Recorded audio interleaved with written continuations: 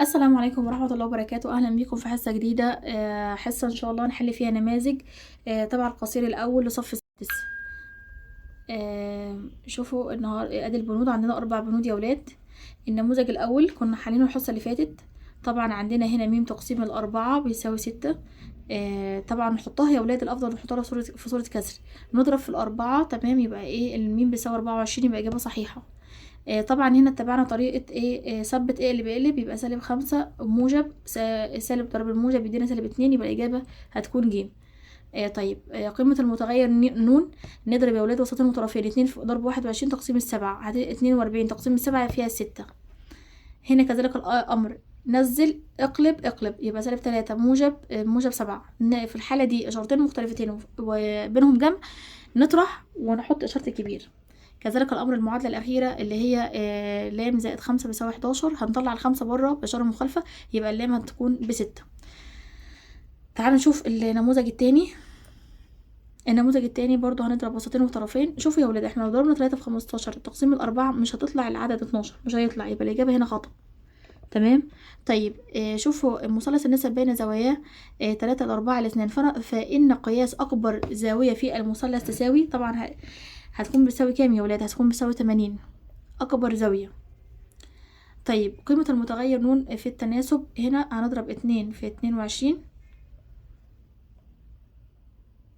كذلك الأمر نضرب 2 ضرب 21 تقسيم 7 هتدينا 42 على 7 يساوي 6. تمام. طيب، حل المعادلة التالية. هنا طبعا يا ولاد هنضرب في 4 في الطرفين، نضرب هنا في 4 ونضرب هنا في 4، يبقى الميم هتساوي كام؟ الأربعة دي هتضيع مع الأربعة دي، 8 ضرب 4 يساوي كام؟ 32. تمام. أوجد الناتج فيما يلي، برضو هنتبع نفس الطريقة. ثبت قالب اقلب، -20 زائد -8 يدينا سالب كام؟ شوفوا إشارتين متشابهين يا ولاد، يبقى هنجمع ونحط ايه الإشارة بتاعتنا، يبقى هنا 20 وهنا 8، يبقى -28. تعالوا نشوف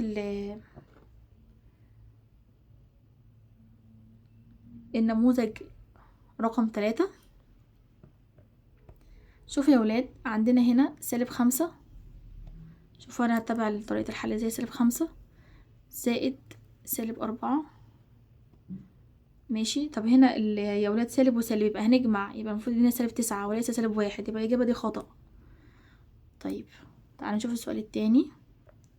هنا ضرب يعني، شوفوا لو هو جايب لك 2 س، نفس الفكرة لو كتبها كده 2 ضرب س، هي يعني. لو جينا نقسم هنا على الإثنين وهنا على الإثنين،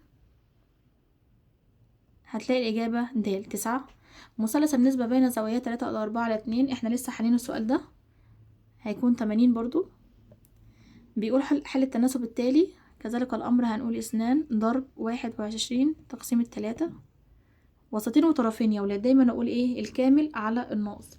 هنا هيكون 42 تقسيم 3 هيساوي 14. انتهى الحل.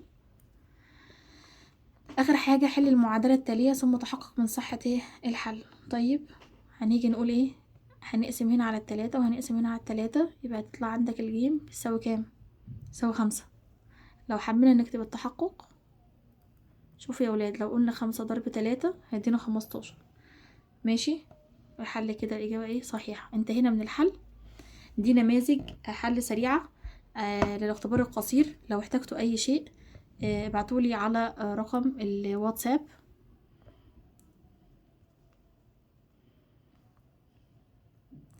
المحتوى يا ولاد سهل، المحتوى سهل وجميل. ذاكروا البنود كويس جدا.